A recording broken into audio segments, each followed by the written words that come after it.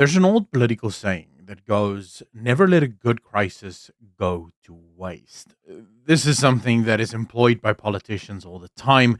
And usually, what it refers to is just whenever something happens, because it's the world, there will always be something that happens.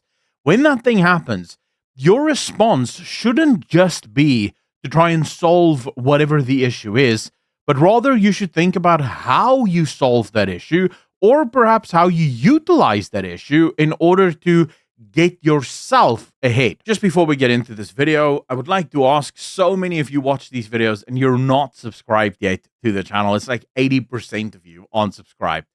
If you don't mind, just hit that subscribe button. It's free. And if you don't like what I have to say by the end of this video, you can just hit it again and unsubscribe. It's literally free. It costs you nothing, but it will help me out. And hopefully it will allow you to see more of my content in the future. And while you're there, just hit the like button too. It helps. Enjoy the video. Guys, we can sit here and we can spend 10 minutes going over all of the missteps of the ANC just in the last, not even year, like half a year. Or we could spend an hour going over all of the missteps of the ANC over the last 30 years. Or we could spend 3 or 4 hours going over all of the missteps of the ANC since its inception. The point is that this is a movement that has always been marred in a lot of controversy. Thankfully, up until now, really, they have been able to hide behind, well, the struggle, right? Whenever they made a mistake, whenever they set off a bomb in the wrong area or they killed civilians, this was sort of pre-1994, they could always say, well, we're fighting a liberation war, mistakes will happen, and the world would sort of go, yeah, okay, that's fair, right? And then 1994 happens, they get in power, and misstep after misstep, and there were a lot of them, although, granted, the first sort of 15 years of the new South Africa was pretty good, right? There were mistakes, and there were a lot of corruption, but it was sort of within the normal bounds of what most governments really do. And so it didn't really destroy the country. If anything, the country was actually growing. It wasn't until Jacob Zuma came into power in 2008 that we started to see bad decision after bad decision that really just ran this country down into where we are today. But every single time the ANC was able to get out of this by blaming apartheid, right? So going to the world saying, well, you can't blame us. Look at apartheid, right? They even went so far as blaming the fact that there's droughts on the apartheid government for building the dams too big. So it takes too long for the dams to fill up. All sorts of nonsense. Basically, the point is, whenever they can, they blame apartheid. Then came 1994, wow. Then came 2024. The 4 seemed to be a big one for us here in South Africa. But in 2024, the ANC gets the biggest shock, I think, of this organization's life. Remember Jacob Zuma's famous words that the ANC will rule until Jesus returns, right? That's how confident the ANC has always been in their ability to control the narrative, but also control the country. They're in charge, they're large, they can do whatever they want. It's also, I think, coincidentally, why the ANC has never really interfered with the IEC, the Independent Electoral Commission. And the reason for it is they genuinely didn't think that they could lose. There was no reason for them to interfere. This is why prior to the polls and all of the polls showing, or prior to the election, all of the polls showing that the ANC may actually lose the next election, the ANC was changing nothing. They were just continuing on their merry way because, well, they're the ANC. Of course, people will come out and vote for them. Then 2024 happens and the ANC wakes up and realizes, oh, crap, we just lost this election. So what do we do now? How do we fix this? Now, at the time, there's a number of problems that happen alongside them that the ANC could not have prepared for. One of which is Donald Trump gets into office. And Donald Trump doesn't play white guilt games. He doesn't care. He's like, boy, I'm going to ruin you because you keep taking advantage of America, right? You keep making friends with all of our enemies, but you want all of our money. We're giving you a crap ton of aid. We're giving you free trade effectively for things that we don't even necessarily need from you, all because we're trying to help you. The whole AGOA deal, by the way, was literally just to help South Africa. It didn't do the Americans any favors because they could get all of that stuff from literally anywhere else. So they were genuinely doing it as a favor to South Africa. And Trump's just like, look, the favors are over. You're going to deal with us now as equal partners and with respect. The ANC, of course, could not have foreseen this happening because the ANC had gotten so used to this idea. The West is the bank where they get all of their pocket money, and the East is all of their friends, where they plot the downfall of the bank. As stupid as that might be, that is our government for you.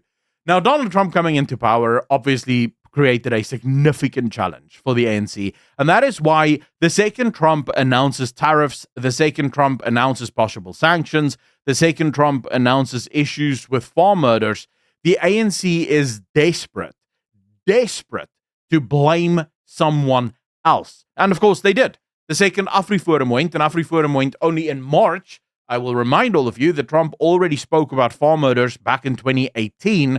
Trump announced the tariffs on South Africa back in January of 2025, so it would be 3 months later before AfriForum would ever even set foot in America. So the ANC's blame game only works to those people who are not informed. But all of this, right, and the reason for this entire video, last week, this General Ruzani Mapwanya, went to Iran.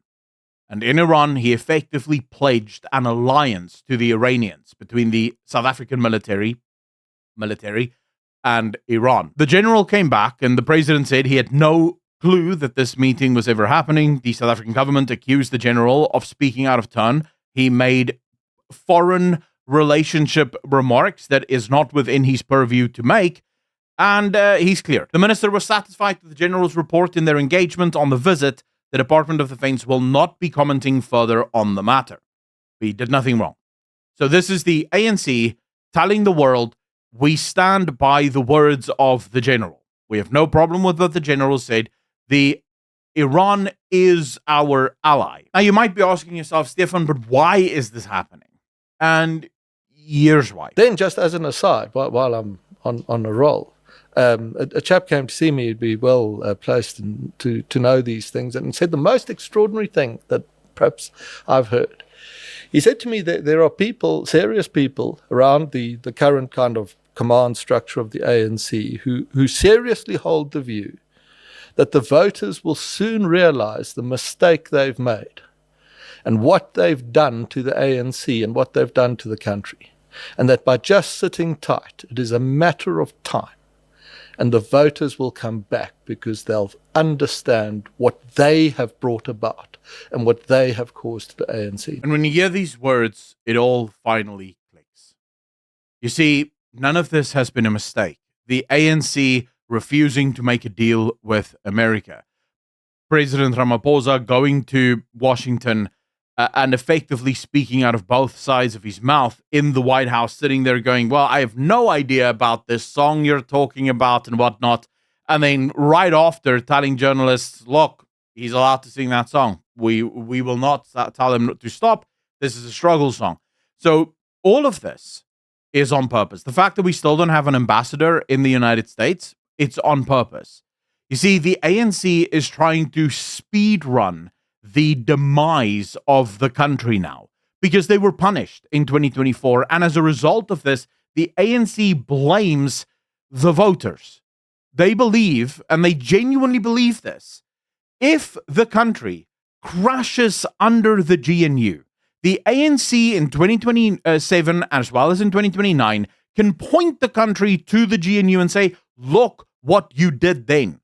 Don't let that happen again. Remember the good times. Remember the times when Ramaphosa was in charge and the country was doing really, really badly, but at least it wasn't destroyed? Well, if you vote for us, it will go really, really badly, but it won't be destroyed. If you keep voting for all of these other parties, it'll just get destroyed even more. You see, because the ANC has a scorched earth policy. If they don't rule, no one will rule. They will make sure that there are only ashes left to rule over. And that, ladies and gentlemen, is the facts. At this point, there is no other option for the United States but to punish us. This country has to be punished. The ANC has to feel it because the ANC is arrogant. What they don't seem to understand is the average South African isn't falling for this. The average young black South African isn't looking to his white brothers and sisters and saying, well, they're the evil ones, they're the bad ones. He or her grew up in a free South Africa, one where the only government they've ever known is a black one. And that government has been really bad for them. So they don't care about the racial issues of the nation. What they want is a government that gives them a functioning country and allows them to make their own lives better. The ANC has not yet grasped that their race-baiting tactics has ceased to work. And now they're overseeing the destruction of a country, all because of hubris, because they believe that how dare the voters vote us out of power. Let me know in the comment section down below what you guys think of this story. We're in trouble, and the ANC will probably start to do more and more desperate things as time goes on, as they start to realize that they're losing more and more power. I think we're in for a bumpy ride in the next few years with the ANC increasingly, if there's even that much time left for the ANC, because also in that speech or in that podcast, Frans Cronje did say that it looks like the ANC might be crumbling and it might actually cease to exist within the next few months, actually. But let me know what you guys think in the comment section down below. If you like what I do and you think more people should have access to it, please consider hitting the like button, hitting that subscribe button, and leaving a comment in the comment section down below. Big shout out to all of the patrons and the YouTube channel members. Thank you so much for your support. Click the join button right below this video. And then, as always, I will see all of you in the next one. Peace.